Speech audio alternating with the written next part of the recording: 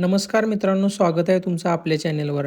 आज आपण बघणार आहे की जशी लाडकी बहीण योजना शासनाने काढलेली आहे, तसंच युवा जे तरुण आहेत त्यांच्यासाठी पण एक योजना काढलेली आहे. तर त्याच्याबाबत आपण या व्हिडिओमध्ये बघणार आहे. तर आपण आहे आता महासंवादच्या वेबसाईटवर.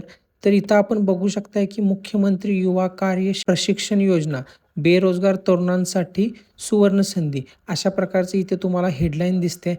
तर यामध्ये आपण बघणार आहे की जर तुमची 12वी झाली असेल किंवा जर तुमची डिग्री झाली असेल, तर तुम्हाला किती दर महिन्याला रुपये मिळणार आहेत, ह्याच्याबद्दल त्यांनी काय-काय घोषणा केल्यात हे आपण बघू. जर तुम्ही खाली आला, तर हे काय नॉर्मल आहे.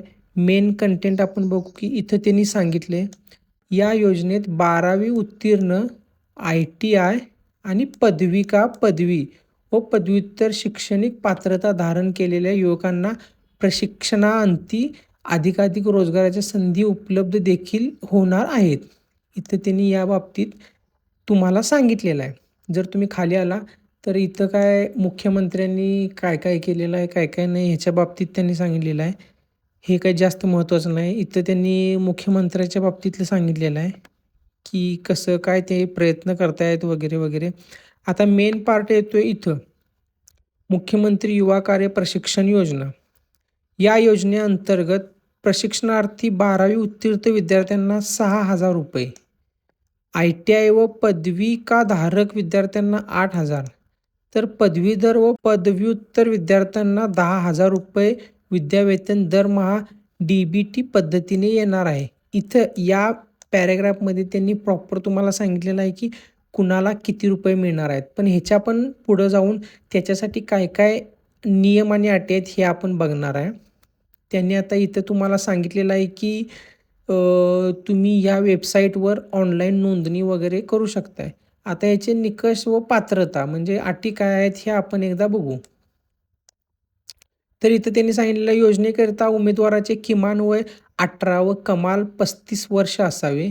किमान शैक्षणिक पात्रता 12वी पास, ITI, पदव्युत्तर असावी. पुढील उच्च शिक्षण घेत असलेले उमेदवार या योजनेत पात्र असणार नाहीत. मग म्हणजेच तुम्ही त्यांनी जे सांगितलेले आहेत, तिथपर्यंतच तुमचं क्वालिफिकेशन पाहिजे. पण त्याच्या पण पुढं जर असेल, तर तुम्ही त्यासाठी पात्र राहणार नाही आहे. उमेदवार हा महाराष्ट्राचा रहिवासी असावा. हा महत्त्वाचा मुद्दा आहे बघा. उमेदवाराचे बँक खाते आधार संलग्न असावे.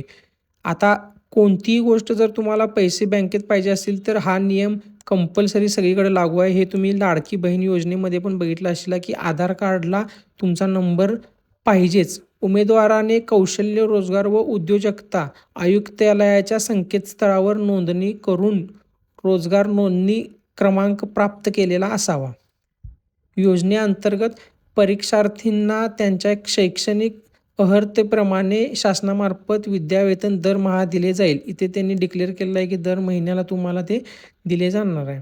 प्रशिक्षणादरम्यान प्रशिक्षणार्थीची दैनिक हजेरी संबंधित आस्थापन उद्योग ऑनलाईन पद्धतीने घेण्यात येणार आहे.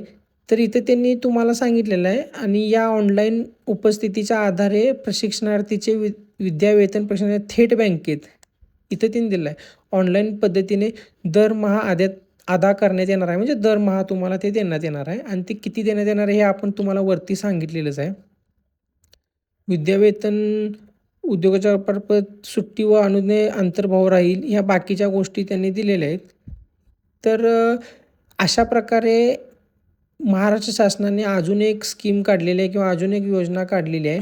ह्याचा मला वाटते जे पण तरुण आहेत आणि जे बेरोजगार आहेत त्या सर्वांनी याचा एकदा पूर्णपणे अभ्यास करून महासंवादच्या वेबसाईटवर जाऊन पूर्ण अभ्यास करून तुम्ही जर त्यात पात्र होत असशीला, तर तुम्ही त्यासाठी अप्लाय करणं गरजेचं आहे. व्हिडिओ आवडला असेल तर लाईक, शेअर आणि सबस्क्राईब करा. जय महाराष्ट्र.